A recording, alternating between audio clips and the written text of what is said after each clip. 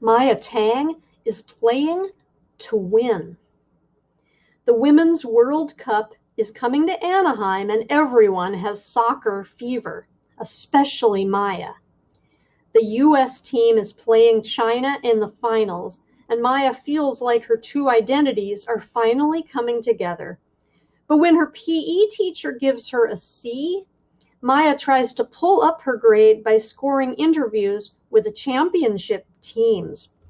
It's not so easy when, one, the two teams are hunkered down in secret hotels in Pasadena and not taking any media requests. Two, Mr. Yao is back at the motel as a co-owner. Jason is sure his dad deserves a second chance. Mia is not so sure. 3, Maya's parents are trying to buy a house of their very own, which turns out to be a lot harder than they thought. As Mia aims for her goals, she'll have to face strikers from all corners, as well as her own fears. But if anyone can find a way to win big, it's Mia Tang. Here is a preview of Key Player by Kelly Yang. I read in a book once that if you want something bad enough, all you have to do is picture it, then boom, it becomes reality. I have always been a very good picturer. After all, I pictured my family and friends buying a motel and running it together. I pictured that business would thrive. Before all that became a reality, when my parents and I first moved from China to California, I pictured that I would master English as a second language. So it shouldn't be so hard to picture myself scoring a goal in PE, or at least getting anywhere near the soccer ball. Even now that my family has health insurance and I'm not so afraid of getting hurt, I still can't help avoiding the ball like it's radioactive. Maybe it was all those years of sitting on the sidelines, or the fact that my classmates all had twice the sports equipment I had. Do you know how expensive shin pads are? But when Mr. Antwell said, "All right, kids, we're going to be doing a soccer unit in honor of the World Cup, which, as you know, is coming up and being played right here in LA, I instinctively looked around for a cooler of ice to bury my head in. The only cup I was interested in was a cup of jasmine tea, along with some time to write my next piece for the school newspaper. But instead, on this scorching hot day, Mr. Antwell marched up to me on the field and yelled, "Mia, what are you doing? This is soccer. You're walking around the field like it's a museum." "I'm sorry," I muttered. "I was thinking about a column I'm going to write."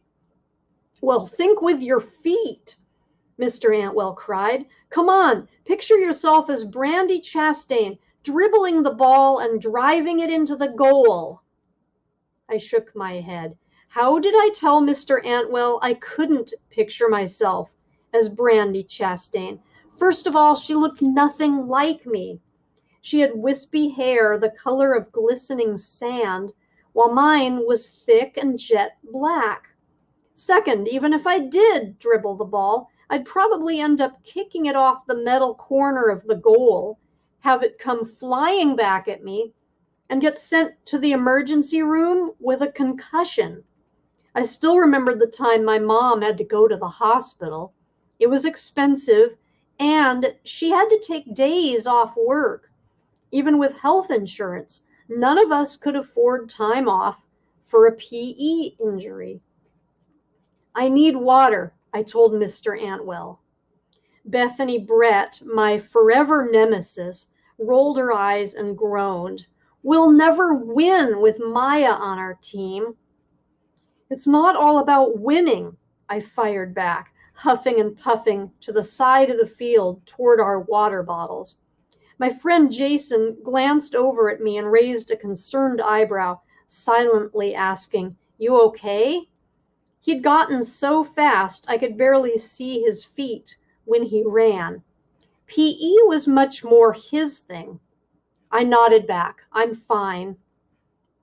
As I sat down to take a long drink, I pictured myself in San Francisco over winter break at the new journalism camp that the San Francisco Tribune was hosting.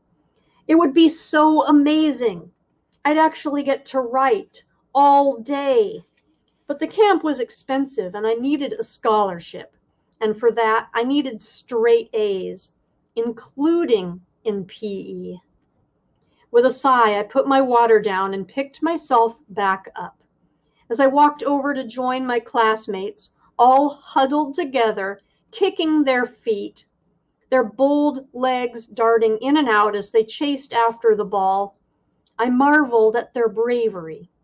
None of them ever seemed to even think about getting hurt. They just played. I wished I could do that. But no matter how good my imagination was, I couldn't erase all the years of worrying every time the ball came close to me. I looked at the grass, fighting the urge to plop back down and read instead. It probably didn't help my speed that I had a book tucked inside my PE shorts. Mr. Antwell blew sharply on his whistle. Maya, you done with your water break? Let's hustle. I want you to play like it's you at the Rose Bowl in 2 weeks, in front of millions of fans. Yeah, right.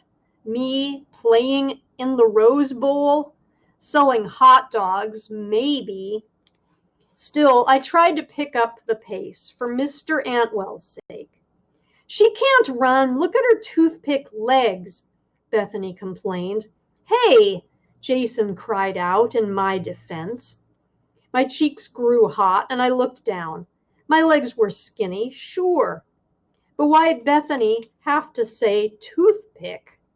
I kept jogging, and of course, that's exactly when my copy of The Babysitter's Club #2 decided to fall out of my waistband.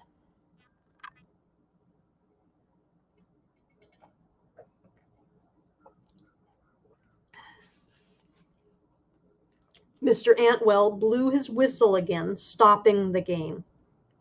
He walked over and stared at my book on the field. All my teammates crowded around. I knew I was doomed. Mia Tang, you brought a book to soccer? Mr. Antwell asked. Bullets of sweat rolled down my forehead. Journalism camp flashed through my mind. San Francisco, the Golden Gate Bridge, all my hopes and dreams. I glanced in the direction of the locker room, but Lupe was late again.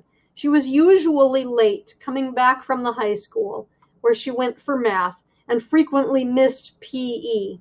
Today I missed her more than ever. Even with Jason here, I felt so alone.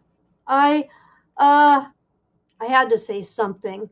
I was using it as a weight to run faster, I finally managed. You know, like in those commercials on TV. Uh-huh. Bethany rolled her eyes.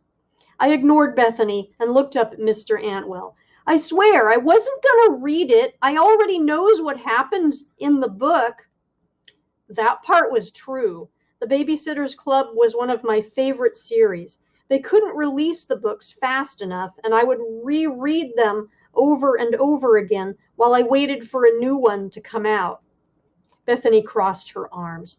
Aren't those books about, like, super annoying girls who kidnap little kids? My jaw dropped.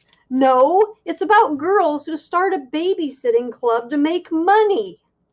I knew Bethany was just being mean, as usual, but I couldn't help it. I felt extremely protective of the characters, especially Claudia Kishi, who was the only Asian American girl I'd ever seen on the cover of a novel.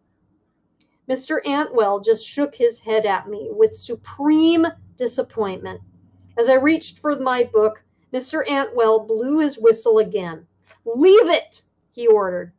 But it's a library book. I said leave it.